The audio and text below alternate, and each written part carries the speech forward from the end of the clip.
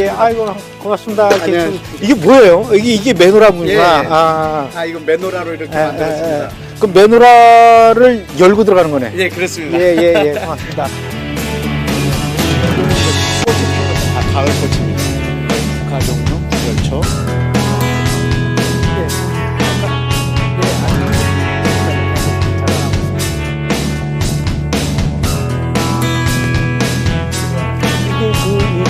이렇게 나무 목재가구라고 해서 목조가구 원형으로 됐네. 이거를 선생님께서 직접 다 설계하신 거예요. 이 난간이 그냥 되어 있는 게 아니라 이것도 메노라 모양이에요? 예. 계시록 1장에 보면 예수와께서 7촛대 사이를 이렇게 거니시는 모습이 있습니다. 그래서 그 개념을 따서 이 7촛대 사이를 문도 가르고 들어오고 양쪽에 3개씩 해서 이렇게 촛대 사이를 이렇게 지나가는데 그 의미가 하나님의 교회를 상징하는 촛대이기 때문에 이 집에 7촛대 사이를 저도 예수와처럼 거닐고 싶어서. 야, 7촛대 사이를 걷는 기분. 좋네요. 네, 실내입니다. 전부 다 나무로 되어 있네요. 네, 전체를 다 나무로. 그 다음에 이 안에도 또 메노라가 있어요. 그렇습니다. 처음에는 이 건물을 지을 때 이 창살 이 크기를 생각하고 지었어야 되는데 다 짓고 나니까 조명이 들어가지고.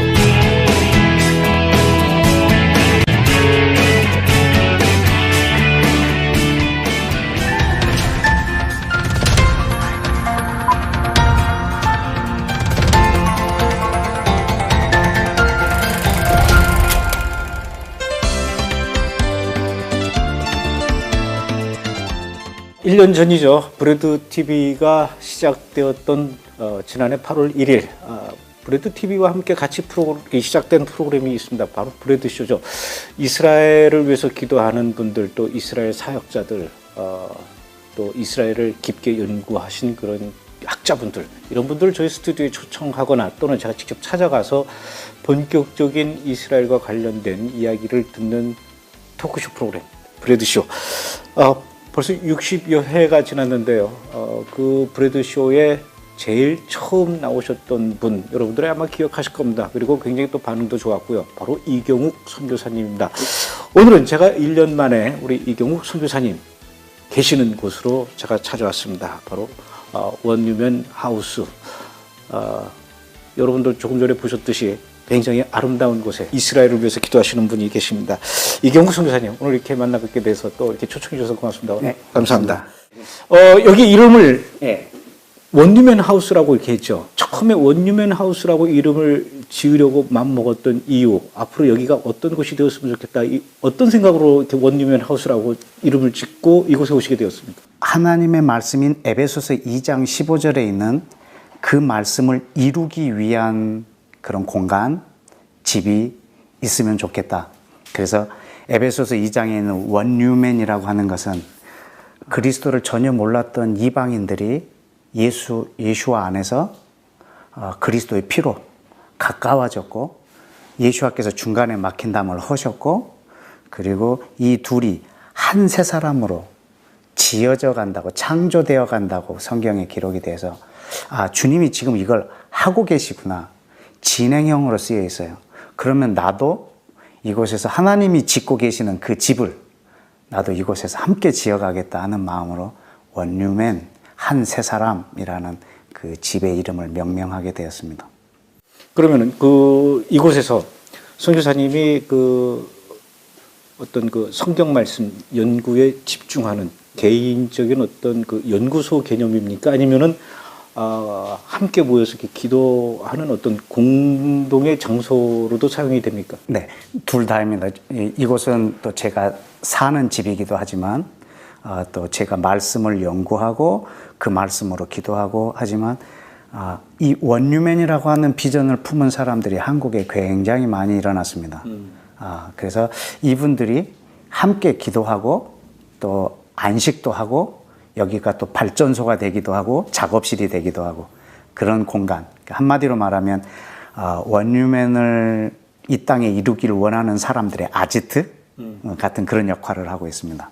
이스라엘을 사랑하고 이스라엘 위해서 기도하는 분들도 많이 오겠네요. 네, 아주 우리가 이스라엘을 사랑하는 것, 이스라엘을 회복하는 것이 사실은 큰 우리의 목적이기도 하지만 더 나아가서 유대인과 이방인이 하나가 되는 것이 원유맨이기 때문에 이스라엘에게 집중되어 있다라기보다는 전 열방과 이스라엘을 하나가 되게 하는데 어떤 아이디어가 필요하고 지지가 또 필요하고 그런 부분들을 우리가 연구하고 함께 기도하는 그런 공간이죠.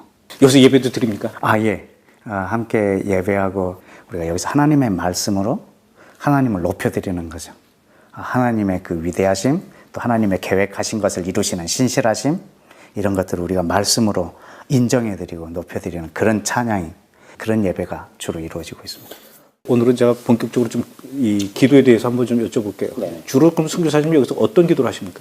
말씀으로 하나님 앞에 기도하는 일을 하고 있습니다. 우리가 보통 이제 그 산속에 있는 기도원에 가면은 막 통성 기도도 하고 금식 기도도 하고 선교사님도 여기서 통성 기도하고 금식 기도하고 그렇습니까? 네, 뭐 다 하죠. 묵상하는 기도도 많이 있지만 제가 하는 통성 기도는 눈을 뜨고 하는 기도, 눈을 뜨고 하죠. 그리고 늘 성경책 들고 그리고 이 말씀을 갖고 계속 하나님 앞에 말하는 기도니까. 그러니까 제 머릿속에 있는 것을 막 이렇게 말하는 것이 아니고 저는 하나님의 말씀을 묵상하고 그 말씀을 가지고 말하기 때문에 계속 눈을 뜨고 주께서 하신 이 약속 그리고 이 말씀 속에 있는 비밀들 이것들을 이루시라고 계속 말하죠. 하나님, 이 약속 하나님이 하신 거 맞죠? 하나님 이 약속 이루실 것이 아니면 뭐 하려고 하셨습니까? 주님 이 약속을 신실하게 이루십시오. 이스라엘 땅에, 한국 땅에, 북한 땅에, 중국에 그리고 주님께서 이 계획하셨던 것들을 오늘도 저는 이 땅이 암담해 보이기도 하지만 주의 약속이 있기 때문에 저는 이루어질 것을 믿습니다. 그리고 이 약속을 기억나게 해드리는 그런 기도를 하나님이 본인이 하신 말씀을 기억 못 하실 일은 없잖아요. 그렇죠. 저도 그분이 전지전능하시다라는 것을 익히 잘 알고 있지만 그분이 이사야 62장에서 그렇게 말씀하셨더라고요. 그리고 이사야의 한 3군데, 예레미야에서 2군데, 시편에서 3군데 너희는 나로 기억나게 해달라고 요청하고 있어요. 너희는 나로 하여금 내가 한 약속을 기억나게 해달라. 그래서 하나님이 왜 기억 상실증에 걸리셨을까? 왜 기억나게 해달라고 그럴까? 봤더니 그분이 하신 약속을 이 땅에 이루어질 때가 되면 하나님의 사람들이 그 약속을 깨닫고 하나님 이 약속을 하셨군요. 예를 들어서도 예레미야에게 70년 만에 포로에서 돌아오리라. 바벨론 포로에서. 이걸 70년 전에 기록을 해놨고 이것이 이루어질 때쯤 되어서 다니엘의 그 기도를 통해서 하나님으로 하여금 기억나게 하고 그걸 이루시고 또 430년 만에 애굽에서 돌아오게 하리라.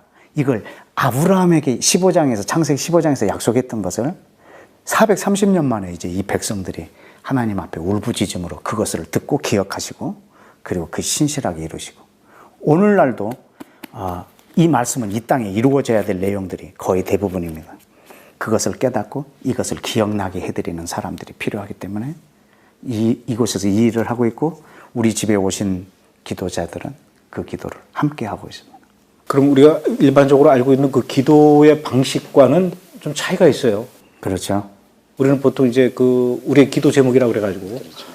집안에 아픈 사람이 있으면 아픈 사람이 건강하게 해달라고 그렇게 기도하기도 하고 또 자녀가 또 뭐 시험을 앞두고 있으면 시험 잘 보게 해달라고 기도하고 이게 약간 좀 기복적인 그런 그 기도이긴 하지만 선교사님은 지금 이제 하나님의 말씀이 기억나게 하고 이루어지게 해달라 이렇게 기도하는 기도의 방식을 바꿔야 되는 겁니까?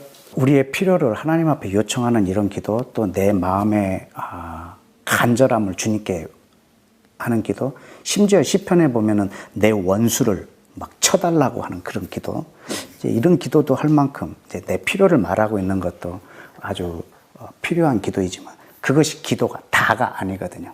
근데 우리는 그 기도가 내 거의 90% 이상이 되기 때문에 기도에 대한 균형이 없는 거죠. 기도에 큰 저는 혁명이 일어나야 된다고 생각합니다. 이 인류 역사에 있어서 가장 큰 혁명이 있다면 하나님이 사람이 되신 겁니다. 이것보다 더 큰 혁명은 없을 겁니다. 하나님이 사람으로 오셔서 십자가에서 죽으시는데 고린도후서 5장에 보면 그분이 왜 이 땅에 오셨는가? 왜 이런 어마어마한 혁명을 하셨는가? 우리 인간 안에 혁명을 일으키기 위해서. 그 혁명이 뭐냐면 그가 우리를 위하여 대신하여 죽으신 것은 우리로 하여금 더 이상 자기 자신을 위하여 살지 않게 하려고. 그렇다면 기도도 이와 같이 혁명이 일어나야 되지 않겠습니까? 사람이 자기 자신을 위해서 살지 않는다고 하면 기도 또한 그 정도로 혁명이 일어나야 된다고 생각합니다. 그럼 자기 자신을 위해서 살지 않는 대안이 뭐냐면 나를 위하여 대신 죽었다가 살아나신 이를 위하여 사는 것이 이제 우리의 삶의 큰 혁명입니다. 그러면 그 혁명에 맞춰서 내 기도도 바뀌어야죠. 저 사람이 무엇을 위해서 사는가 알려면 저 사람이 무엇을 위해서 기도하는가를 보면 합니다. 이 기도라고 하는 말하고 나를 위해서 기도한다는 것은 이건 사실 의미가 상반된 거예요. 더 이상 나를 위해서 기도하지 않게 하려고, 나를 위해서 살지 않게 하려고 오셨고 또 주님이 그런 기도를 가르치셨고 직접 하셨고, 그렇다면 우리의 존재 목적이 뭔가? 그것은 그분의 뜻이 이 땅에 이루어지는 것. 그렇다고 하면 그분의 뜻은 사실 이 안에 있거든요. 기록된 말씀에 뿐만이 아니라 이걸 깊게 묵상할 때 그 말씀 안에 있는 비밀들로 지금 이 땅을 경영하고 계시기 때문에 이 기도하느라고 아마 내 필요한 것을 구하지 못했다면 하나님께서 그 나라를 구한, 오직 그 나라를 구한 이에게 너에 있어야 될 것을 내가 다 채우리라 하신 그분의 살아계신 신실한 약속을 우리가 경험하게 될 것입니다. 근데 나를 위한 기도는 내가 뭘 필요한지 하나님한테 어떤 것들을 요구해야 되는지 너무나 잘 알기 때문에 쉬워요. 네. 그런데 지금 성사님께서 말씀하시는 그런 그 기도는 기도하기가 점점 더 어려워질 것 같아요. 내 필요를 하나님 앞에 구하는 건 너무나 쉬운 것은 내가 한국에서 태어났기 때문에 한국말 하는 것이 너무 쉬운 것과 똑같습니다. 그러니까 내가 외국어를 공부하려고 하면 너무나 어렵죠. 왜냐하면 내가 잘 들어오질 않았기 때문에, 내 귀로 듣지 않았기 때문에. 내가 미국에서 태어났다면 나는 지금 한국말이 서투를 거고 영어가 자유스러울 거예요. 내 마음에 있는 것을 내가 기도해 온 것은 쉬운 일이지만 하나님의 말씀을 듣고 그것을 기도한다는 것 자체가 우리한테 지금 익숙하지 않기 때문입니다. 그러니까 이 성경하고 내 기도하고 완전히 별개가 돼버린 거죠. 이 성경마저도 내 기도, 내 유익을 서포트 해주는 것을 찾아서 그걸로 기도하는 수밖에 없는 거죠. 이 기도가 익숙해져 있기 때문에 주의 말씀을 계속 들으면 우리는 듣는 걸 말하게 돼 있습니다. 한국말을 많이 들었기 때문에 한국말 하는 것이 쉽듯이 하나님의 말씀을 자주 들으면, 계속 들으면 내가 기도하려고 무릎 꿇었을 때 오직 들은 걸 말하게 됩니다. 그래서 이곳에서는 기도하는 시간과 말씀 묵상하는 시간을 이렇게 한번 나눠보면 사실 한 8대2 정도, 말하는 시간은 한 2 정도, 그러면 듣는 시간은 한 8 정도의 시간입니다. 왜냐하면 우리는 들어야 말할 수 있기 때문에. 내 뜻이 이루어지는 것은 하나도 중요하지 않거든요. 물론 나한테는 좋겠죠. 그러나 내 뜻을 이루기 위해서 지금 내가 신앙생활하고 있는 것이 아니고 하나님의 뜻이 이 땅에 이루어지는 것이 우리의 본분이기 때문에 기도에 혁명이 일어나야 된다고 생각을 합니다. 성경을 많이 읽지 않으면은 기도 제목이나 기도도 잘 안 나오겠네요. 말씀을 읽지 않으면 기도가 못하겠네요 보다도 나를 위하여 지금 내가 이 세상을 살고 있는가 아니면 하나님을 위하여 살고 있는가, 이 근본적인 변화가 일어나야죠. 성경을 읽어도 내가 나를 위한 삶, 또 내 인생의 최종 목적이 나인 거, 내가 구원받는 거, 이것을 최종 목적으로 이 땅에서 평안하고 안녕하게 사는 것, 이것이 목적이면 성경을 읽어도 이 성경 내용이 전부 다 나에게 평안과 안녕을 주고 물질적인 복, 이런 내용으로 성경 전체를 읽혀지기 때문에 또 그걸 듣고 말하면 똑같습니다. 그런데 성경을 읽지 않았기 때문에 기도를 못하는 게 아니고 근본적으로 내가 성경을 읽는 목적, 기도하는 목적, 내가 이 땅을 사는 목적. 아까 예수와께서 이 땅에 오셔서 우리 안에 혁명을 일으켜 주신 것.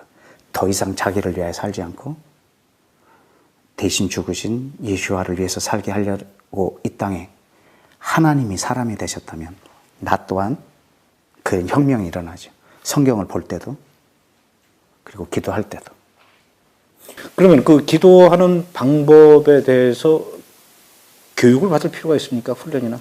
성경을 공부하다 보면 하나님 앞에 기도하는 것과 성경 연구가 따로 있어요. 그러니까 성경은 성경대로 공부하고 기도는 이제 내 마음의 소원을 기도하고 이게 이렇게 분리가 돼 버리죠.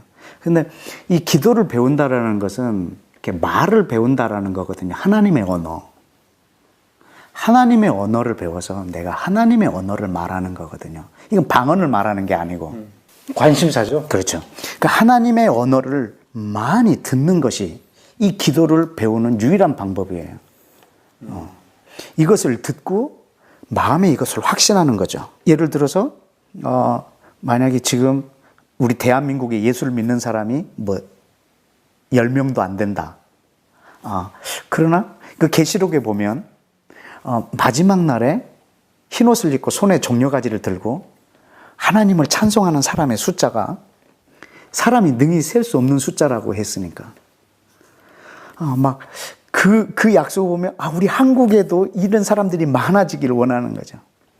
전 세계에 이 하나님의 비전을 갖고 있는 사람이 극소수라 할지라도 거기에는 숫자가 많다고 했으니까 우리는 이 약속을 믿고 이것을 기도하는 거죠. 우리는 이 환경 때문에 좌절할 필요가 없는 거예요. 왜냐하면 계시록에 사람이 능히 셀 수 없는 숫자가 있다고 했으니까 이걸 갖고 기도하는 거죠. 하나님 이 약속을 주님 이 시대에 온 땅에 열방에 이루어 주옵소서. 전 세계 예수 믿는 사람이 10명밖에 없다 할지라도 이것 때문에 언제 이 사람들이 많이 예수님을 영접할게 이렇게 고민할 필요가 없다는 거죠. 하나님의 약속을 믿는 것이 기도의 먼저고 들어야 믿는 거죠. 들은 것을 믿고 우리 믿는 것을 말하고 이것이 우리의 기도의 순서입니다. 그렇기 때문에 듣지 않고 마음에 믿어지는 것이 없었을 때 우리는 늘 내 육체를 가지고 있는 내 마음의 소원들이 계속 기도로 나오게 되는 거죠. 개인의 어떤 소망이 있어요. 이거를 하나님 꼭 들어주십시오 하고 기도를 했는데 정작 하나님이 그 일에는 관심이 없으시거나 그렇게 되지 않기를 오히려 하나님은 원하고 있는데 내가 그렇게 기도할 경우가 있어요. 그러니까 하나님의 뜻과 나의 뜻이 상충될 때 이런 기도는 응답이 안 되는 거죠. 물론 하나님이 가장 좋은 것을 주시는 것을 우리가 모를 수도 있고 가장 큰 복은 하나님이 주시고 싶어하는 거하고 내가 받고 싶어하는 게 같은 거예요. 그때 가장 큰 복이죠. 그러나 우리는 육신을 갖고 있는 또 사람이고 하나님의 생각에 이르지 못하다 보니까 내가 원하는 것과 주님이 주고 싶어 하시는 것이 다를 때 우리는 그 속에서 많이 괴로워하는 그런 인생이죠. 그러나 하나님의 의도, 하나님의 계획, 뜻을 이렇게 많이 듣다 보면 내 문제가 닥쳐도 이것을 어떻게 기도해야 될지에 대한 그런 아이디어가 그리고 그것이 오는데 이 하나님의 말씀이 늘 나에게 없을 때는 마치 기도를 데일밴드 붙이듯이 이렇게 사고 나면 빨리빨리 때워야 되는 식으로 이렇게 우리가 기도할 수밖에 없죠. 내 뜻이 이루어지는 것은 아무 의미 없다 그런 말은 아닙니다. 내 뜻이 이루어지는 것 그건 아주 나한테는 기쁜 일이기도 하지만 사실은 우리가 이 땅에 하나님이 사람이 되셔서 죽으신 이유가 있다고 하면 내 뜻을 이루기 위해서가 아니라 하나님의 뜻을 이루기 위해서 그렇게 하셨기 때문에 내 뜻이 이루어지는 것보다 하나님의 뜻이 이루어지는 것이 더 기쁜 그 사람들이 바로 하나님의 사람일 것이고 내 고난마저도 하나님의 뜻이 이루어지는 통로로 사용할 때 그때 그 고통은 고난은 더더욱 값지게 된 거죠. 그래서 내게 어려운 고통이 왔을 때 이것을 이렇게 해주십시오라고 기도하기보다는 기도에 대한 나의 대안인데 하나님 앞에 그대로 올려드리는 겁니다. 어떻게 해요? 오늘도 이렇게 브레드 TV가 우리 집에 왔잖아요. 모든 스태프들이. 그때 저는 이렇게 해달라고 기도를 할 것이 없습니다. 왜냐하면 하나님의 의도를 모르니까. 내가 마음대로 하나님 앞에, 하나님 오늘 브레드 TV 모든 스태프들과 김종철 감독이 와서 인터뷰를 합니다. 하나님 좀 이렇게 해주시고 이렇게 해주시고 하나님 이렇게 해주시기를 원합니다. 물론 그 내용이 좋은 내용일 거예요. 내가 기도하는 내용이. 그러나 아무리 좋은 걸 할지라도 내 뜻이 이루어지는 것보다 하나님의 뜻이 이루어지는 것이 더 중요하죠. 그래서 저는 있는 그대로 하나님 오늘 우리 브레드 TV의 모든 스태프들과 감독이 우리 집에 와서 이렇게 인터뷰를 하게 됐습니다. 이게 제 기도 끝입니다. 그럼 보고하는 거네요. 그렇죠. 보고하는 거죠. 저는 이 계획이 지금 일주일 전에 이루어졌잖아요. 그러니까 일주일 내내 저는 이 기도를 해왔어요. 매일 같은 보고를 하는 거죠. 왜냐하면 저는 하나님께서 뭘 원하시는지 말씀하실 때까지 제가 할 말이 없는 거예요. 예를 들어서 촬영하는 동안에 촬영이 방해받지 않도록 뭐 기계가 이상이 없도록 잘 진행될 수 있도록 하나님께서 그 자리에 함께 해주시고 뭐 이렇게 기도할 수는 있죠. 그렇게 할 수는 있지만 내가 기도를 안 했다고 해서 촬영이 망치거나 또 기도를 그렇게 했다고 해서 또 그것이 그렇게 이루어졌다라고 저는 그럴 수도 있지만 그것보다 더 중요한 것은 하나님의 뜻이 이루어지는 거기 때문에 저는 그분이 뭐라고 말하기 전까지는 내 기도 응답되는 것, 내가 이 브레드 TV가 촬영하는 동안에 아무 일이 없도록 기도했기 때문에 이렇게 됐다라고 생각을 하고 싶지는 않습니다. 사실은 난 그걸 누구한테 배웠냐면 욥한테 배웠습니다. 욥기 9장에 보면 욥이 뭐라고 하냐면 내가 하나님을 불렀는데 하나님이 대답하셨어요. 그래도 나는 내가 부름에 그분이 대답했다고는 믿지 아니하리라. 그렇게 내가 불러서 대답한 게 아니야. 내가 불러서 대답했는데도 불구하고 내 부름에 대답했다라고는 믿지 아니하리라. 그럼 왜 대답을 하신 거예요? 그렇게까지라도. 그러니까 그분이 너무 크시기 때문에 내가 불러서 대답했음에도 불구하고 내 부름에 대답했다고 나는 믿지 않을 만큼. 그러니까 내가 기도했기 때문에 이렇게 이루어졌다라고 저는 믿고 싶지도 않을 만큼 그분이 내가 하나님의 나라를 꿈꾸고 있다면 이 부분들은 그분이 인도해 주시지 않을까. 굳이 내가 기도하지 않아도 말이죠. 그럼 기도 안 해도 돼요? 저는 내 안에 이 기도의 집이 세워진 다음에 사실 저를 위해서 기도한 것은 아마 거의 없을 것 같습니다. 본인을 위한 기도는 안 하고 아까 말씀하신 것처럼 하나님의 말씀이 이루어질 수 있도록.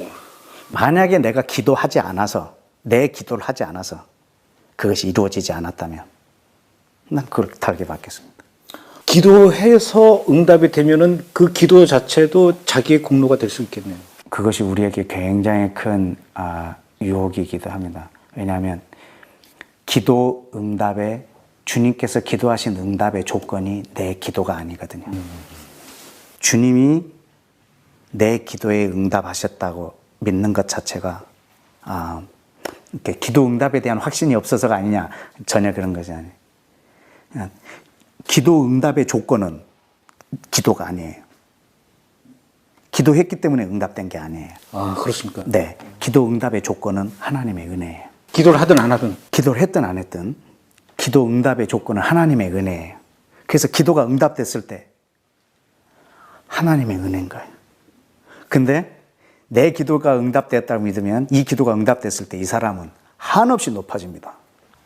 그때 내 기도한 거 들었지? 그때 내가 기도했었어. 내 기도한 게 이렇게 이루어졌어. 자기 행위에 대한 합리화. 합리화라기보다는 어떤 자랑이죠. 그때 내가 기도했기 때문에 이번 일이 이루어졌어. 막 이렇게 자랑하는 거죠. 근데 내가 기도했기 때문에 이루어진 게 아니라 하나님의 은혜라는 거죠. 내가 그 기도를 하게 된 것도 하나님의 은혜고. 왜냐하면 이 기도가 하나님으로부터 왔기 때문에 하게 하신 이도 하나님이시고 이 기도를 통해서 일하신 분도 하나님이시고 기도가 응답되었을 때 우리는 그분 앞에서 무릎 꿇어야죠. 마치 밤새 고기를 잡았는데 한 마리도 못 잡은 베드로한테 베드로야 여기다 그물을 내려라 했을 때 그물이 찢어지게 올려오는 거예요. 그때 막 베드로가 막 사람들을 불러서 자랑하는 거지. 내가 지금 잡은 거거든. 내가 지금 이 고기를 잡은 거거든 하고 막 옆에 주변에 고기 잡는 배들 다 불러서 자기가 자랑하는 것과 같은 거죠. 근데 베드로는 그때 그럴 수가 없었던 거예요. 예수님 앞에 무릎 꿇고 저는 죄인입니다. 저를 떠나소서라고 말할 만큼. 그건 주님의 은혜였거든요. 내가 그물을 내려서 고기가 잡혔다 할지라도 이것은 내가 그물을 내렸기 때문이 아니고 주님의 은혜죠. 내가 기도해서 응답되었다 할지라도 이건 내가 기도했기 때문이 아닌 거예요. 하나님의 은혜예요. 하나님이 지금 이 말씀의 비밀을 열어서 나에게 기도하게 해서 그것이 오늘 이스라엘 땅에 이루어졌다 해도 내가 기도했기 때문이 아니라 하나님의 은혜죠. 그분의 신실하심. 제가 이 땅에 살면서 어떻게 이런 기도를 할 수 있겠어요? 그냥 평범한 사람으로 이 땅에 산다면 내가 하는 이 기도가 어떻게 가능하겠어요? 내가 나를 위해서 매일 썬데이 크리스천처럼 내 욕심을 위해서 이렇게 다닌다고 하면 어떻게 이런 기도를 할 수가 있겠어요? 이 기도를 하게 된 것도 하나님의 은혜고 나를 통해서 하나님의 뜻이 이루어진 것도 하나님의 은혜이고. 개인의 기도 제목을 막 10가지, 20가지 적어놓고 이 기도 제목이 이루어지도록 하나님한테 응답받기 위해서 기도원에 들어가서 막 며칠씩 금식 기도하는 그런 경우도 있고요. 또 국가에 어떤 그 위기 상황이 닥쳤을 때 막 성도들이 다 모여서 뭐 예를 들어서 남북 통일을 위해서 기도한다든가 이렇게 이 기도 제목을 가지고 막 간절히 개인이 또는 단체가 집단이 기도하는 거 이분들도 역시 그러면 기도의 방법이나 이런 것들이 좀 바뀌게 되는 겁니까? 개인으로 기도하거나 함께 마음을 합하여 기도할 때 이제 우리는 그 중보 기도를 할 수 있습니다. 물론 개인이 기도할 때는 자기 개인의 생각을 기도하지만 함께 기도할 때는 기도 제목을 주잖아요. 그리고 기도의 제목을 함께 기도하게 되는데 그때 우리는 그것을 중보 기도라고 말을 하는데 사실은 중보 기도는 자기 뜻이 이루어지는 것이 중보 기도가 아니고 하나님의 뜻이 우리를 통해서 이루어지는 걸 중보 기도라고 해요. 이 중보 기도라고 하는 이 에튜시스라고 하는 헬라어 자체가 하나님으로부터 온 것을 가지고 다시 하나님께 말하는 기도예요. 근데 우리는 한국을 위해서 기도할 수 있는데 그걸 너무나 자기 생각으로 기도할 수 있다는 거죠. 하나님이 한국에 경제 위기를 주실 수도 있었고 전쟁의 위기를 줄 수도 있고 하지만 우리는 여기서 할 수 있는 기도가 사실은 없어요. 하나님 우리 경제를 회복시켜 주십시오. 주님 이 전쟁을 비껴가게 해 주십시오. 판단착오로 이 전쟁이 발발하지 않게 해 주옵소서. 우리는 이렇게 기도할 수밖에 없는데 이 기도는 사실은 하나님의 사람이 아니라 불교에서도 할 수 있고 이 나라를 사랑하는 사람이라면 각기 자기 모든 신들에게 할 수 있는 기도들이에요. 그러나 우리가 해야 될 기도는 그런 상황에서 하나님이 이 땅에 무엇을 말하기를 원하시는지 우리는 그것을 들을 수 있어야 돼요. 그걸 듣는다고 하는 것 자체가 참 신비스럽기까지 할 수도 있는데요. 잘못된 관행이라고 하면은 어떤 거냐면 내가 지금 기도하려고 하는 것을 말씀 어떤 것을 하나를 찾아서 이 사실을 이 말씀에 이렇게 지지하는 기도로 이렇게 올려드리고 있는 것들. 그러니까 막 기도를 말씀을 찾는 거죠. 그 말씀 하나를 이 기도를 하기 위해서 이렇게 대입시켜서 하기도 하는데 사실은 이거보다 성경 66권을 6권 중에 한 권을 내가 순서대로 1장 1절부터 묵상을 매일 해 나가다 보면 이건 제가 거의 19년, 20년째 경험하고 있는 거예요. 예를 들어서 지금 내가 출애굽기를 하고 있다. 그럼 출애굽기 1장 1절에서 오늘 이 나라를 위해서 어떻게 기도해야 될지 가르쳐 주십니다. 1장 3절에서도 가르쳐 줄 수 있고 내가 2장을 묵상하고 있는데 가르쳐 주실 수 있고 근데 오늘 말씀 묵상하고 지금 내가 하나님 앞에 아까 그 보고하는 형식의 기도를 올려드려요. 계속. 왜냐하면 우리는 보고하는 기도, 하나님 이런 일이 있습니다. 이런 일이 있습니다. 이 객관적으로 내 생각을 가미하지 않고 마치 뉴스를 보도하듯이 뉴스 아나운서가 자기 생각을 가미하지 않고 있는 그대로를 우리한테 보도하듯이 우리도 주님 앞에 있는 그대로를 말합니다. 언제까지? 이것에 대해서 주님이 나에게 말씀하실 때까지. 그럼 그분이 말씀하신 것이 이루어지도록 우리는 기도하는 거죠. 그럼 그 과정 가운데 어떻게 듣느냐? 그날 나에게 주어진 말씀을 계속적으로 묵상해 가다 보면 그 말씀의 이 역사적 배경하고 우리 한국의 이 시대적 배경하고 전혀 다름에도 불구하고 아니 그냥 어떤 뭐 동화 같은 그런 성경 본문 속에서도 이것을 기도할 수 있는 지혜를 그 안에서 주십니다. 그래서 꾸준히 이 말씀을 묵상해 갈 때 우리는 이것을 기도할 수 있습니다. 그렇지 않으면 우리는 어떤 사건을 놓고 말씀을 찾아다니죠. 이 말씀, 이 사건은 이렇게 기도해야 되겠다. 물론 그 순간에 하나님이 내가 알고 있는 말씀을 생각나게 하실 수도 있지만 그렇게 했을 때는 내 생각으로 이 말씀을 조정해 나갈 수도 있기 때문에 그렇게 하지 않으려면 말씀을 순서대로 묵상하는 중에 하나님의 음성을 들어야죠. 그러나 지금까지 내가 하나님 앞에 올려드리고 보고한 내용 중에 3개월 이상 걸린 적이 없습니다. 3개월 동안 아무 말씀 안 하신 적이 없습니다. 가장 길었던 게 3개월입니다. 성교사님은 여기 아름다운 곳에서 외부 사람들의 어떤 방해받지 않는 곳에서 혼자 조용히 묵상하면서 말씀 읽고 그러니까 하나님의 이 음성도 듣고 그러면서 이제 기도가 이제 자연스럽게 할 수 있겠지만 우리는 바쁘거든요. 성교사님처럼 이렇게 말씀을 이렇게 깊게 읽을 시간도 없고 아침에 눈 뜨자마자 출근해야 되는 그런 상황이고 또 저녁에 늦게 들어와야 되고 일하는 사람과 기도하는 사람 분리될 수 있습니까? 예를 들어서 기도만 한다고 되는 건 아닌 것 같아요. 어떤 유대인 노처녀가 통곡의 벽에 가서 매일 기도했답니다. 시집 좀 보내주십시오 하나님. 근데 결국 늙어서 죽어서 버렸어요. 하늘나라에 가가지고 이 노처녀가 그렇게 통곡의 벽에서 시집가게 해달라고 기도했더니 왜 나를 노처녀로 이렇게 데리고 왔습니까? 그랬더니 하나님이 네가 맨날 기도만 하고 밖에 안 나가는데 언제 남자를 만날 시간이 있었니? 이렇게 얘기했더라는 거예요. 그러니까 뭐냐면은 기도만 하는 것이 다가 아니라 나가서 일을 해야 되는데 그 일하는 사람이 이렇게 이 선교사님처럼 말씀을 묵상하고 깊게 고민하고 또 하나님의 음성을 듣고 이럴 시간적 여유가 없는 사람들을 위해서 선교사님은 기도를 많이 하시고 하나님의 음성을 듣고 이거를 저 같은 사람한테 이렇게 전해주고 나는 또 선교사님의 말씀을 듣고 이렇게 역할이 분담될 수는 없는 겁니까? 직업이라고 말하면 좀 그렇습니다만 이게 제 본업입니다. 제가 기도가 본업. 예, 이것을 저의 본업으로 하고. 그러니까 본업이니까 남들보다 훨씬 더 기도를 잘할 수 있지 않냐는 얘기죠. 그렇게 해야겠죠. 네. 뭐 잘한다기보다는 어떤 분도 아침 9시에 출근해서 5시에 퇴근하잖아요.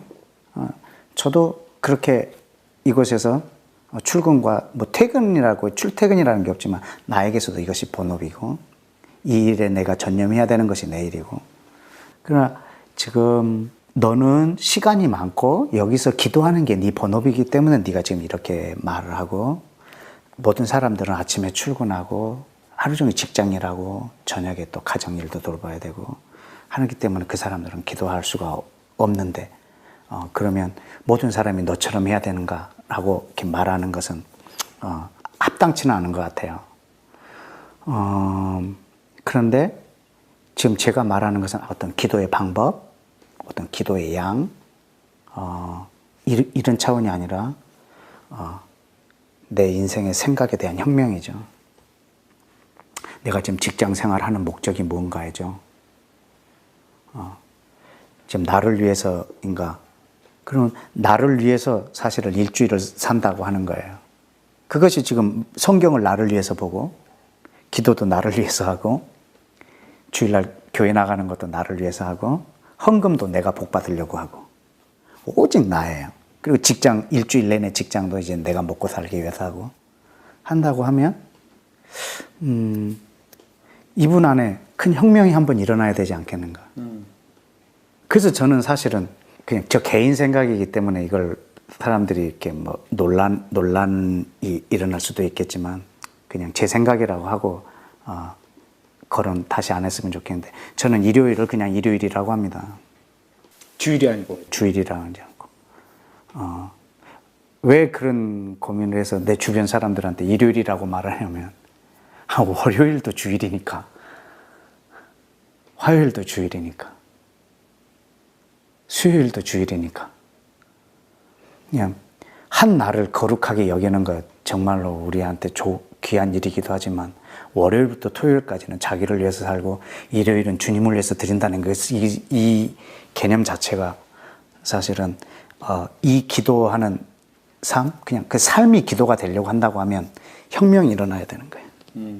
혁명이 일어나면 내가 무릎 꿇고 기도하는 시간뿐만 아니라 내 직장 생활하는 것이 이것이 기도인 거예요. 그것이 기도죠. 그러니까 우리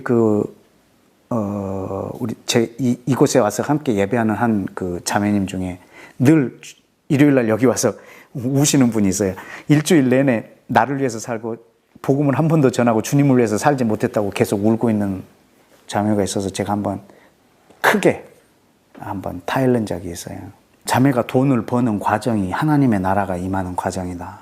자매가 벌어놓은 돈을 헌금해서 이것이 하나님의 일을 하는 게 아니고, 하나님은 돈이 필요한 게 아니고 자매의 일주일의 삶을 하나님이 필요로 하신다. 하나님의 나라가 자매를 통해서 어떻게 임하겠느냐? 일주일의 삶을 통해서 이루어지지 않겠느냐?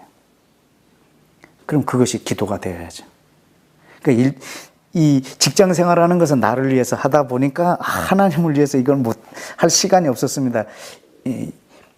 이거보다 그 존재의 혁명이 일어나면 사실 이 기도는 너무 쉽습니다. 예수님도 처음에 이 땅에 계실 때 유대인들이 성경을 열심히 묵상하고 있는 곳에 가셔서 네가 성경을 왜 읽고 있느냐 이렇게 물으셨어요. 근데 대부분 사람들이 영생을 얻으려고, 그래서 이것을 다 지켜서 영생을 얻으려고 보고 있는 거예요. 그때 예수님이 성경 보는 시각을 바꿔버리세요. 이 성경은 나에 대하여 기록된 것이라. 그러면 이들이 성경을 이제 다시 볼 수 있는 눈이 생겨야죠. 나를 위해서, 내 영생을 위해서, 내 구원을 위해서가 아니라 예수와를 위해서. 성경을 그렇게 보게 되면 기도도 그렇게 되고 내 삶도 그렇게 바뀌겠죠. 그것이 기도하는 삶이죠. 그게 쉬지 않는 기도고. 기도 시간 따로, 직장 생활 따로가 아니고. 오늘은 나를 위해서 바쁜 시간이었기 때문에 하나님을 위해서 시간을 못 드렸습니다. 죄송합니다. 그 대신 일요일은 내가 극진히 해드리겠습니다. 이 이분법적 생활이 아니라 내 일상이. 그래서 사실 지금 이 자리에도 목사님이 계시지만 저는 목사님이라고 하고 목사님이라는 칭호는 좋은데 성직이라고 말은 안 했으면 좋겠다.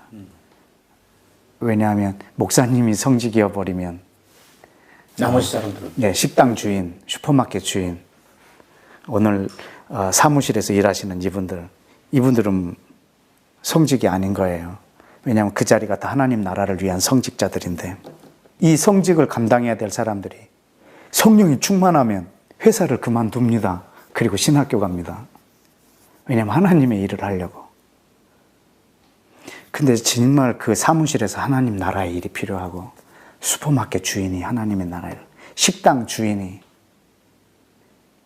지금 주유소를 경영하시는 분이, 그들이 처한 모든 곳에서 하나님의 나라, 하나님을 사랑하고 이웃을 사랑함으로 그 기업을 경영하는 거죠. 기도를 오랫동안 며칠 동안 하고 또 금식도 하고 또 소리 높여서 통성도 해보고 그래도 안 이루어지는 기도가 있어요. 예를 들어서 위급한 건강이 안 좋은 그런 분을 위해서 막 기도를 했고 또 가족들이 온 교회 식구들이 기도를 그렇게 살려달라고 기도했는데도 일주일 만에 돌아가셨어요. 그거는 기도 응답이 안 된 겁니까? 아니죠. 저는 그것을 이렇게 싱크홀, 요즘에 우리나라에 싱크홀이 문제잖아요. 길을 가다 갑자기 구멍이 생겨서 막 차도 빠지고 사람도 빠지고, 만약에 거기에 물이 흐른다면은 물이 빠져버리겠죠. 저는 마치 그런 싱크홀 같다고 생각합니다. 어떤 사람이 문제가 생겼다. 아마 김종철 감독님이 이렇게 바쁘게 브레드 TV를 운영하다가 몸이 많이 안 좋아지셨다. 이제 그걸 많은 사람들이 알면 평소에 이제 감독님 위해서 기도 안 하던 사람들까지도 기도를 거기다 쏟을 겁니다. 마치 싱크홀처럼. 그래서 하나님께서 원하시는 기도들, 또 저는 그때 제가 하는 기도대로 또 감독님을 하나님 앞에 이렇게 올려드릴 것입니다. 몸이 어디가 아픈지 구체적으로 말씀드릴 거고, 그때 하나님께서 감독님에게 행하시기를 원하시는 것, 또 그때 또 내가 묵상한 말씀 있지 않겠습니까? 감독님을 위해서 기도했을 때 주님께서 하기를 원하는 것, 물론 몸이 아프기 때문에 저는 그 건강의 회복을 위해서 기도할 거지만 그 회복되는 과정에 하나님의 뜻이 이루어지게 하고자 함이 있기 때문에 저는 감독님이 몸이 아팠다, 몸이 나아졌다, 몸이 아팠는데 모두가 기도했는데 건강해졌다, 이것은 저렇게 이렇게 큰 의미가 있는 일이라고 생각하지는 않습니다. 하나님이 건강을 회복시켜 주려고 병을 허락하시지는 않았을 것 같기 때문에, 왜냐하면 그 과정을 통해서 하나님의 뜻이 더 많이 이루어질 수 있거든요. 감독님을 통해서, 브래드 TV를 통해서도, 그리고 이것을 위해서 기도하는 많은 사람들의 기도를 통해서. 그렇기 때문에 그 어떤 우리가 기도하는 것이 이루어지지 않았다 할지라도 누가 아프다, 어떤 사람이 기도가 절실히 필요하다, 그러면 우리가 함께 기도하는 것은 굉장히 중요한 일입니다. 그런데 내 기도와 반대로 됐다, 내가 기도가 약해서 그런가? 그렇게 생각할 필요가 없다는 거죠. 그럼 뭐라고 기도를 해야 돼요? 그걸 제가 모르기 때문에 저는 날마다 말씀 앞에 있을 수밖에 없는 거죠. 지금 감독님이 몸이 아프신데 지금 무엇 때문에 하나님이 이렇게 한지 순간적으로 내 생각은 할 수는 있지만, 또 이 나라에 IMF 경제 위기를 주시면 순간적으로 나는 뭐라고 할 말이 내 머릿속엔 떠오릅니다. 그러나 이것을 내가 말해서 이루어진다고 하면 무슨 유익이 있겠어요? 그건 내 생각인데. 그러니까 내 뜻과 내 생각은 안 이루어지는 편이 좋습니다. 안 이루어져도 되고요. 그런데 하나님의 뜻과 하나님의 생각은 반드시 이루어져야 된다는 거죠. 그래서 저는 이 말씀에 묵상하고 그걸 통해서 그분의 음성을 듣는 것을 저는 굉장히 중요하게 여기고, 왜냐하면 기도는 나로부터 시작되는 게 아니고 하나님으로부터 시작되기 때문에 듣지 않으면 말을 할 수가 없거든요. 예수님도 마지막에 겟세마네 동산에서 기도하실 때 피할 수 있으면 이 잔을 내게서 피하게 하시고, 그러나 하나님의 뜻대로 하시옵소서. 그 아주 그 얘기입니까? 예, 정말 좋은 기도의 예예요. 예수님은 사실 그 십자가를 지러 이 땅에 오신 분이세요. 근데 그 십자가 앞에서 피할 수 있다면 정말 그 육신을 가진 분으로서의 그 처절한 부르짖음이죠. 그러나 이 기도가 계속되면 사실 가장 멋진 기도가 하나님의 뜻에 연결되어 있거든요. 계속 하나님의 뜻이 이루어지길 원하는 마음을 갖고 내 문제를 놓고 기도했을 때 기도는 하나님의 뜻하고 딱 하나가 돼버리는 거죠. 그러나 이 뜻과 내 생각과 하나님의 뜻이 딱 일치되는 이 순간까지가 사실 우리의 고난이에요. 예수님도 지금 이 십자가 앞에서 이 고통이거든요. 근데 아버지 뜻이 내게 이루어질 것에 대해서 하나가 됐을 때, 자, 이제 나를 잡으러 오는 자들이 온다. 그리고 십자가를 기꺼이 지세요. 기도할 때 제일 어려운 것이 있다고 하면 막 금식해야 되는 기도, 막 몇 시간 해야 되는 기도, 그 기도보다 하나님의 뜻과 내 뜻이 일치되는 이 과정이 가장 그 고통스러운, 그냥 이 시간을 이것이 맞춰가는 것이 나에게 있어서 기도의 제일 어려운 순간들이죠. 그러니까 이게 맞아지는 순간까지는 내 뜻을 구할 수가 없어요. 계속 객관적으로 올려드리는 것밖에 없죠. 그게 아주 예레미야 46장에도 이스라엘 백성들이 예레미야한테도 기도를 요청해요. 너가 선지자니까 하나님께 기도해달라. 그때 있는 그대로를 하나님 앞에 말해야 돼요. 그리고 하나님이 뭐라고 말씀하시는지 우리한테 말해달라. 그럼 그것이 우리 귀에 좋든지 안 좋든지 순종하리라. 사실 이 기도가 우리 안에 이루어져야 돼요. 우리 브래드 TV에서 일주일에 한 번씩 이스라엘 중동 리포트라는 걸 발행을 해요. 그래서 지난 일주일 동안 이스라엘과 중동에 있었던 여러 가지 그 굵직굵직한 사건들을 정리해서 이렇게 소개하고, 그 끝부분에다가 기도 제목을 이렇게 넣어준다. 예를 들어서 이스라엘과 팔레스타인 간에 어떤 그 소요가 일어났습니다. 이 뉴스를 전하고 그 밑에다가 이 소요가 빨리 진정될 수 있도록 기도해 주십시오. 그걸 매 뉴스마다 이렇게 우리가 기도 제목을 제시하는데 선교사님께서 만약에 그 기도 제목을 적어주신다면 이렇게 해봐라. 뭐 이렇게 좀 해주실 얘기가 있습니까? 저도 브레드 TV에서 나오는 그것을 진짜 그 이스라엘의 그 어떤 민감한 뉴스보다도 더 자세하게 이렇게 알려주기 때문에 저도 늘 그걸 보고 그리고 그것을 메모해 놓습니다. 그 사건 그대로. 물론 사건 그대로도 기자의 어떤 의견이 가미된 것도 있겠지만 왜냐하면 있어진 일들을 보도해 줬기 때문에 저는 그걸 그대로 하나님 앞에 저도 뉴스 하듯이 하나님 앞에 그대로 올려드립니다. 그러나 이번 지지난주 같은 경우에는 브레드 TV에서는 뉴스도 나왔고 또 우리 전 세계 뉴스에서도 시리아 난민들이 계속 흩어지고 있는 그리고 유럽으로 들어가고 전 세계로 이렇게 흩어지는 그 문제들을 놓고 저는 주님 앞에 계속 기도했고 그때 제가 지금 저는 이사야를 묵상하고 있는 중이에요. 근데 이사야 19장에 하나님께서 이스라엘과 애굽과 아수르가 이 셋이 아수르는 애굽으로 애굽은 아수르로 이렇게 통하게 될 것이고 이스라엘을 가운데 놓고 그리고 이 세 나라가 하나가 될 것이고 그리고 이 세 나라가 하나가 되는 것이 전 열방의 복이 될 거라고 이사야 19장 끝에 그렇게 말씀해 주셨어요. 근데 지금 그 아수르가 보니까 지금의 시리아와 이라크예요. 거기 난민들이 지금 전 세계로 흩어지고 있더라고요. 저는 이 전 세계로 흩어지고 있는 이 난민들을 위해서 어떻게 기도해야 될지 흩어지지 않게 기도해야 될지 유럽이나 각 나라에서 이 난민들을 잘 받아달라고 기도해야 될지 제가 기도해야 될 어떤 힌트를 찾을 수가 없는 거죠. 왜냐하면 내 생각으로 기도할 수가 없으니까. 근데 이제 그 말씀을 이렇게 묵상하는데 이들이 전 세계에 복이 되겠다고 했어요. 시리아와 이라크, 이집트, 이스라엘이 하나가 돼서 하나로 하나님을 경배하고 전 세계에 복이 되겠다고 했어요.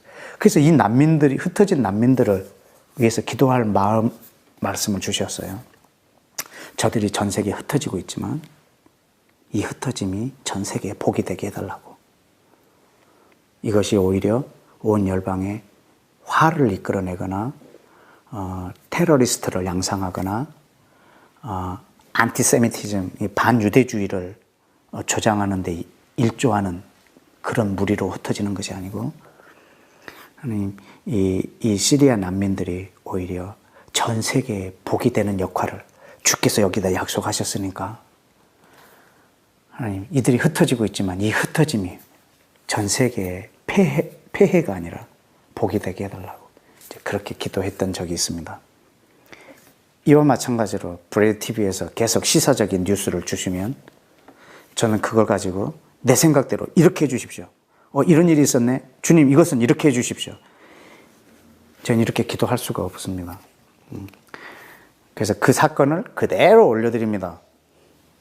그러면 선교사님은 이스라엘을 위해서 기도하는데 우리 브레드 TV에서 나오는 그 뉴스가 도움이 되시는 겁니까? 뭐 도움이 되는 거 아주 이 하나님의 말씀과 이 말씀의 상황과 내가 기도해야 되는 이 실제 이 현장이 나한테 있어지는 이것은 나한테 아주 절대적입니다. 너무너무 중요하고 그리고 내가 말씀으로 기도하고 있지만 이 말씀으로 내가 그 땅을 향하여 선포할 수 있긴 하지만 브레드 TV에서는 실제로 그 땅을 나한테 주기 때문에 전달해 줬기 때문에 이 땅을 위해서 중보하는 데 있어서 너무너무 유익합니다. 제가 왜 이런 말씀을 드리냐면은 일을 하다가 보면은 사실은 그 이제 이스라엘 중동 리포트를 작성하는데 많은 시간과 돈이 들어가요. 근데 이걸 과연 누가 보는 사람이 있을까? 또 이스라엘 위해서 기도하는 사람들한테 이게 큰 어떤 기도 제목이 될 수 있을까? 이런 그 회의가 불현듯 들 때가 있어서 사실 중단할 생각도 했었어요. 예. 왜냐면 이게 어떤 효용이 있을지 저는 잘 모르기 때문에. 근데 뭐 이렇게 하게 하는데도 하나님께서 무슨 계획이 있으시겠지 이런 생각으로 그 어떤 결과를 바라지는 않고 예, 일을 브레드 하고 있어요. TV는 예. 이스라엘 선교 전문 방송입니다. 선교하는 방송입니다.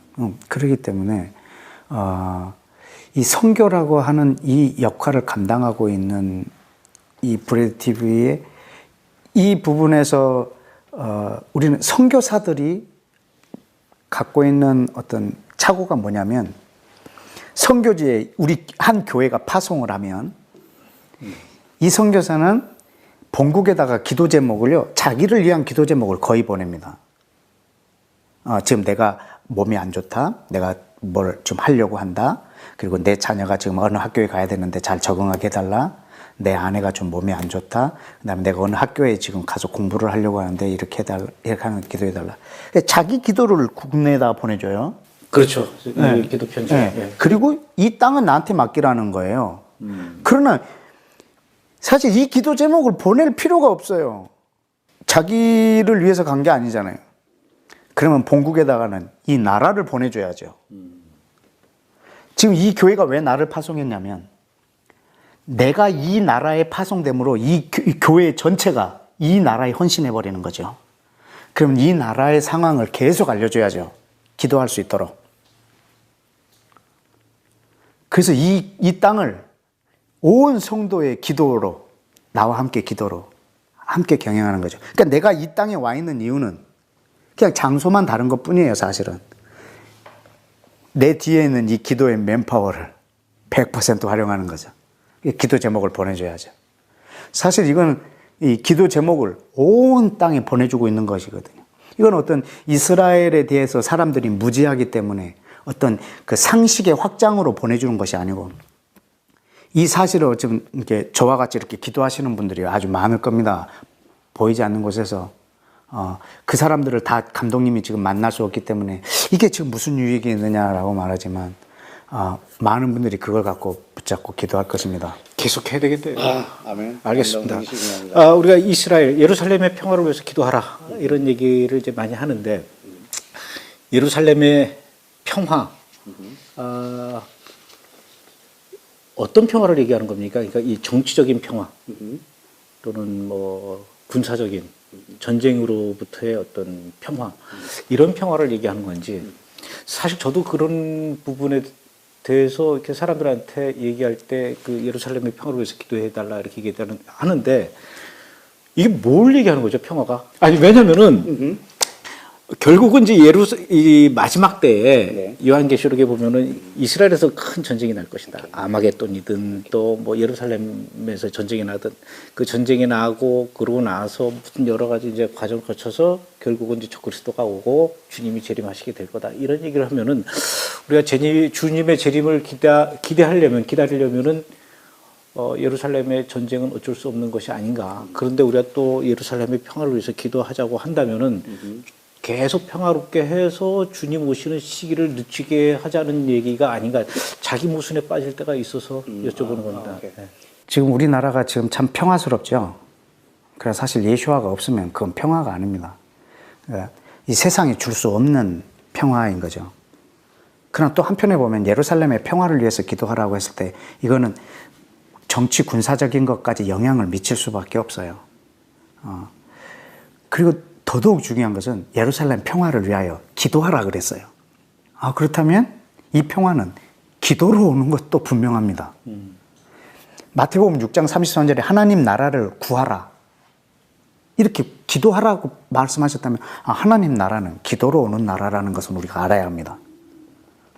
예루살렘 평화가 기도로 임한다라고 했을 때 지금 제가 예루살렘을 위하여 기도합니다. 이게 지금 예루살렘과 저 사이의 평화입니다.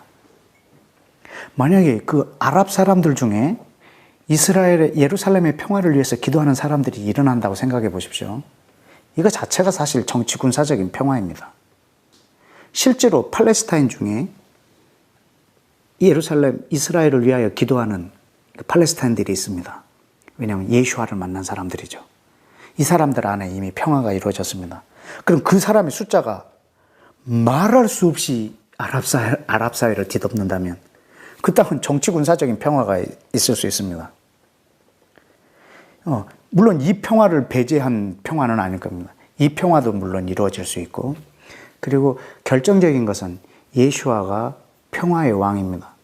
그랬더니 예루살렘의 유대인과 이방인이 그리스도 안에서 하나가 되는 이 원유맨, 이것을 교회라고 합니다. 이 하나님의 교회가 완성될 수 있는 유일한 방법은 평화의 왕으로 오신 예수님, 중간에 막힌 담을 허시고 둘이 한 세 사람을 지어 화평케 하신다고 그랬습니다. 이 평화, 이 원유맨 예수님이 중심이 돼서 성령으로 둘이 하나가 되는 이 원유맨이 바로 평화입니다. 이 평화는 곧 교회가 세워지는 것을 의미하고 있죠. 중동 땅에. 이건 중동만 말하는 것이 아니고 전 세계와 이스라엘이 하나가 돼서. 그러니까 이것 자체가 평화입니다.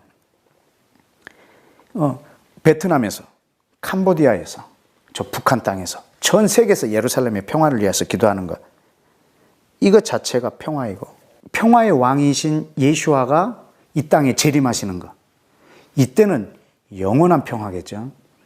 그래서 이 평화의 왕이신 예수아가 오게끔 기도하려고 할 때 이 예루살렘의 평화가 절대적이라는 말입니다. 열방이 이 예루살렘의 평화를 위해서 기도할 때 평강의 왕이신 이분이 오실 수 있기 때문에, 그래서 이 평강의 왕이 오시는 것이 영원한 평화이지만 그분이 오시기 이전이라도 전 세계에서 예루살렘의 평화를 위해서 기도하는 것 자체가, 이건 정치적 군사적인 평화를 가져오게 할 수 있는, 지금 당장 팔레스타인과 유대인들을 저 싸움을 중재할 수 있는 유일한 방법은 팔레스타인 안에 이 복음을 가진 사람의 수가 무지하게 많아지는 겁니다. 그때 저 싸움은 그냥 중재됩니다. 저 땅을 양보하지 않습니까? 지난번에 저에게 그 책을 주셨던 그 팔레스타인 저격수 그 타스 사다. 타스 사다. 이분도 그러잖아요. 이분은 유대인을 죽이는 게 자기의 삶의 가장 기쁨이었는데, 저 땅은 절대로 우리 팔레스타인 거다라고 주장을 했었는데, 그가 예수아를 만난 다음에 저 땅은 내 땅이 아니라고 양보하지 않습니까? 이제 나는 저 땅을 유대인에게 양보했다. 그러므로 진정으로 저 땅은 내 땅이 되었다. 이렇게 역설적인 말을 하지 않습니까? 야, 멋있는 얘기를 하셨네요. 네네. 예. 나는 이제 저 땅은 내 땅이 아니다라고 나는 확신한다.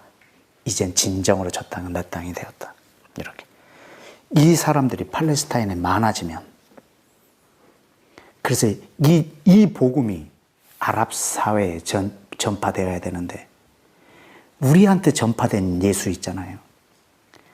예수 믿으세요. 그러면 복 받고 건강하고 이 땅에서 잘 되고 사업도 잘 되고 자녀도. 이 복음이 아랍에 전파되면 예수를 믿고 오직 자기만을 위해서 산단 말입니다. 지금 아랍 국가에 예수를 믿는 사람들이 이 전쟁에 참여하고 있는 거 아십니까? 그러나 진정으로 이 하나님의 이 약속, 이스라엘을 축복하는 자를 복주고 저주하는 자를 저주하겠다고 하는 이 복음부터 시작해서 모든 민족을 축복하려고 이스라엘을 선택한 이 복음까지, 이것을 온 열방이 인정한다면 그날로 저 중동은 평화가 이루어질 것입니다. 예루살렘의 평화를 위해서 기도하고, 또 이스라엘을 사랑하고, 또 이스라엘에 있는 유대인들을 위해서 기도하고 그들 편에 서서 중보하고, 이러기 위해서 이스라엘로 직접 가는 사람들이 있어요. 그래서 이스라엘에서 몇 개월이고 비자가 허락하는 한도 내에서 계속 기도하는 분들도 있습니다. 한국에서 기도하고 각자 처해 있는 곳에서 기도하는 것과 이스라엘에서 직접 들어가서 그렇게 기도하는 것, 성사님 어떻게 보십니까? 아주 이스라엘에서 기도하러 들어가시는 분들 아주 귀하게 여깁니다. 아주 좋은 일이고, 그러나 이스라엘 선교는 열방에서 이루어져야 합니다. 왜냐하면 에스겔 37장에도 보면 사방에서 생기가 불어와서 저 이스라엘의 마른 뼈들을 몸을 이루게 하고, 그 다음에 또 생기가 대언되어져서 열방에서 대언해서 그들에게 부흥이 임하여서 하나님의 군대가 되는 그 과정을 에스겔 37장에 이미 해놨습니다. 그리고 로마서 11장에 보면 이스라엘의 회복은 반드시 이방인을 통해서 시기나게 해서 세운다고 했습니다. 그러면 시기나게 하기 위해서 내가 이스라엘까지 가서 저들 앞에서 찬양하고 저들 앞에서 막 기도해야 되는가? 또 기도하기 위해서 이스라엘 땅에 또 직접 들어가야 되는가? 그렇게 하는 것도 귀한 일이고 좋은 일이지만 실상 이스라엘 선교는 전 세계에서 일어나야 합니다. 지금 이 양평, 아마 유대인들은 이 양평이라는 이 마을이 동네가 있는지도 모를 겁니다. 그러나 이곳에서 이스라엘을 위해서 이렇게 기도하는 사람들이 있고 사랑하는 사람이 있고 하면 저들은 시기가 일어나게 되어 있습니다. 나를 보지도 못했고 이런 동네가 있는지도 모르지만 시기가 일어납니다. 왜냐하면 하나님이 이걸 보고 계시기 때문에. 이런 사람들이 전 세계에 일어난다면 이스라엘에서 그 사람들을 볼 수는 없습니다. 그러나 그 많은 이들이 전 세계에 일어난다면 그때 이스라엘 안에는 시기함이 일어날 것입니다. 그래서 이스라엘 선교는 산골짜기뿐만 아니라 전 세계 모든 곳에서 일어나야 합니다. 그런 의미에서 브레이드 TV가 하는 역할이 굉장히 큽니다. 우리의 처해 있는 모든 곳에서 이것을 위해서 기도할 수 있고, 물론 사람들이 이스라엘을 사랑하게 되면 제일 먼저 찾아가죠. 가자 그러는데 그거 좋은 일입니다. 왜냐하면 그 현장을 직접 보고 오는 일은 아주 값진 일이기 때문에. 그러나 이스라엘 선교는 꼭 그 땅에서 해야 되는 일이 아닙니다. 이스라엘 선교는 온 땅에서 이루어질 때 그곳에 시기함이 일어나는 거죠. 자기들의 말씀을, 이스라엘에게 준 말씀을 이방인이 더 사랑하고, 유대인의 메시아를 이방인이 더 사랑하고, 유대인의 그 하나님을 이방인들이 더 사랑하는 사람이 온 땅에 가득할 때 얼마나 시기가 일어나겠습니까? 요즘 이스라엘이 계속 모니터를 할 때 정말 기도를 우리가 많이 해줘야 될 것 같은 그런 상황이에요. 뭐 팔레스타인과의 소유 문제도 그렇고, 또 얼마 전에는 또 이스라엘에서 이렇게 또 이 유대인들이 동성애 페스티벌도 또 하고, 그런 거 하면 또 이렇게 전 세계 사람들이 초막절 또 축제하러도 모이기도 하고 굉장히 좀 복잡한 것 같아요. 요즘 상황을 놓고 볼 때 우리가 이스라엘을 위해서 기도한다면 어떤 기도를 하는 게 좋을까요? 어떤 사건 하나를 놓고 이걸 이렇게 기도했으면 좋겠다라고 말하는 것보다 더 중요한 것은 사실 우리 눈에 보이는 것, 그리고 그때 느껴지는 그 감정, 내 생각, 이거는 사실은 우리가 기도할 때 굉장히 배제해야 되는 부분입니다. 왜냐하면 그걸 보면 내가 절망할 수 있거든요. 그리고 염려가 생길 수 있고, 그 염려함으로 하는 기도, 절망으로 하는 기도, 이 기도는 아무런 그 땅에 영향을 미칠 수가 없습니다. 그런데 그 보이는 상황이 있고, 그리고 하나님이 말씀하시는 상황이 있어요. 그럼 우리는 이것을 믿고 저거를 기도하는 거예요. 요즘 동성애다라고 하면 저들의 육신의 더러운 것까지 제거하겠다라고 에스겔 36장에 기록해 놨어요. 마지막에는 저들이 또 주의 법을 지키게 하시겠다고 했고, 그리고 그 마음과 영에서 더러운 것들을 제하고 깨끗하게 하고 맑은 물로 씻기겠다고.